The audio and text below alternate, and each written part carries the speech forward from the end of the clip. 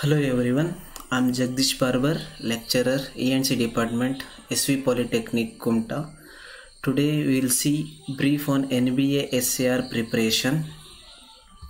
Before jumping into a SAR preparation, I would like to give an overview on what is NBA and what is accreditation, benefit of accreditation, various stakeholders involved in accreditation. We'll see the overview of a NBA. So NBA basically National Board of Accreditation. So this will be established by AICTE in 1994 for the purpose of periodic evaluation of institution through programs.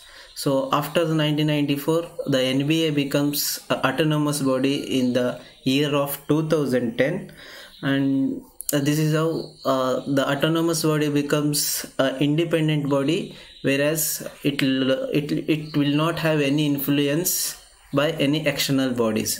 So we will see what is accreditation. So basically accreditation is a verification process for institution whether they meet norms and conditions prescribed by regulators or not. Next we will see benefits of accreditation. So there are several benefits of accreditation to an institution as well as a program. So if we list, it encourages the quality improvement by institution, improves student enrollment both in terms of a quality and a quantity, and it enhances employability of graduates, and there are lot more benefits from a accreditation of an institution and a program. So next we will see various stakeholders involved in accreditation. So stakeholders means the people or groups or institution involved in accreditation. So basically NBA gives accreditation to an institution. NBA doesn't give into accreditation to an institution. It gives accreditation to a program, that means branch. So the various stakeholders involved are institutions, students, employers, public, industries, parents, alumni, and the whole country. So there are some terminologies we should know before jumping into SR preparation, or before before understanding what is SAR and what is NBA accreditation and all. So as I said, NBA is a National Board of Accreditation. SAR means self-assessment report, which we are going to prepare and submit to a NBA team for the validation. Next we have a POs, program outcomes. So program outcomes means these are the narrow statements that describe what the students are expected to know and would be able to do upon the graduation. During the graduation, whatever the student needs, that will be defined under a program outcomes. Next we have a PEOs, program educational objectives. So these are the statement which are expected achievements of the graduates in their career and what the graduates are expected to perform and achieve during the first few years after graduation. So next we have a program specific outcomes, PSOs. These are the statement that states that a student should be able to do at the time of the graduation. Next slide we have a NBA SR criteria slide. So here NBA specifies total 9 number of the criterias which are listed in the slide. So if you see the slide, at the total we have 1,000 marks for the NBA accreditation. So that 1,000 marks is divided into several criteria. So first criteria is vision, mission and program educational objectives. For this criteria we have a 50 marks. Next we have a program curriculum and teaching learning process. For this there is a 200 marks allocated. Course outcomes and program outcomes 100 marks. Student performance 200. Faculty information and contribution 150. Facilities and technical support from the institution 100 marks. Continuous improvement 75. Student support systems 50. And the last one is governance, institutional support and financial resource. So marks distributed is 75. So total there is 1,000 marks for a SCR report. So depending upon our facilities and our performance, marks will be assessed. Next slide. To get the accreditation, we should secure some minimum marks which is listed in this slide. So to get a full accreditation for 5 years, we should secure 750 marks out of the 1000 marks with minimum 60% points in the criteria 1, 4, 5, 6, 7 and 8. We can refer here. So criteria 1 and 4, 5, 6 and 7, 8.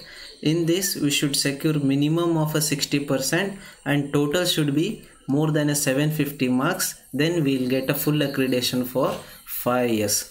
Otherwise, if we fail in that, the provisional accreditation for 2 years will be given by the NBA to the programs if you secure minimum of 600 marks out of the 1000 marks.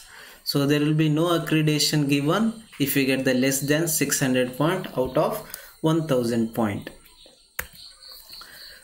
So now we will walk through a criteria 1, which is vision, mission and program educational objectives. So you can refer previous slide. So for vision, mission and program educational objectives, so total 50 marks is assigned. So that 50 marks is again divided into sub criteria. You can see here those the sub criteria are 1.1, 1.2, 1.3, 1.4 and 1.5. So respectively the marks are distributed. We will see the first sub criteria. So what is the first sub criteria? The first sub criteria is state the vision and mission of the department and institution. So for that we have a 5 marks. If you state the vision and mission of the department or a program, so we'll be securing a 5 marks. Again that 5 marks will be, how they will calculate that 5 marks, that will be given here in the evaluation guidelines. So for 1 marks is given for availability of vision and mission statement of the department. 2 marks will be allocated if the vision and the mission statement is very appropriate and relevant.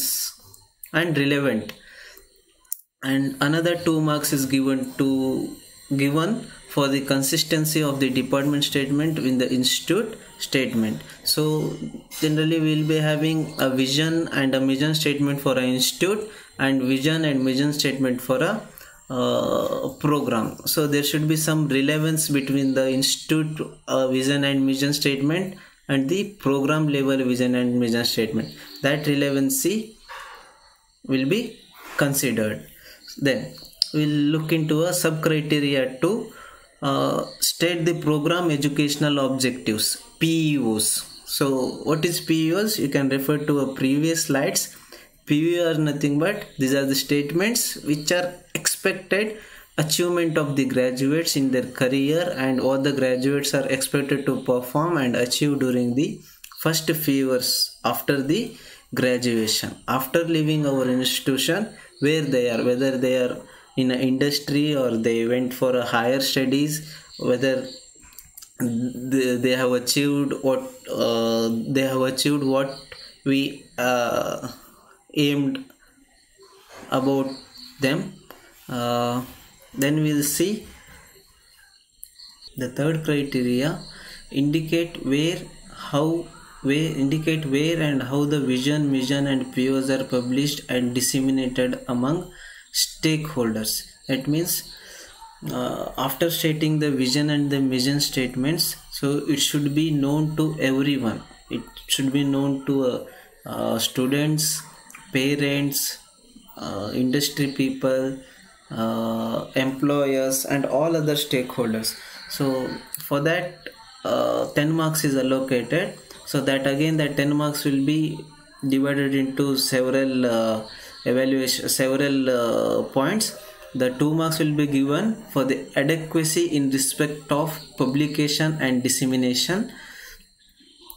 The another 2 marks is given for the process of dissemination among stakeholders, and the third 6 marks is given for extent of awareness of vision, mission and POs among the stakeholders. That means, so after stating the vision and mission and the PO statements, how you will be publishing, how the people or stakeholders will come to know. So that process will be having a 10 marks. Next we have a fourth sub criteria.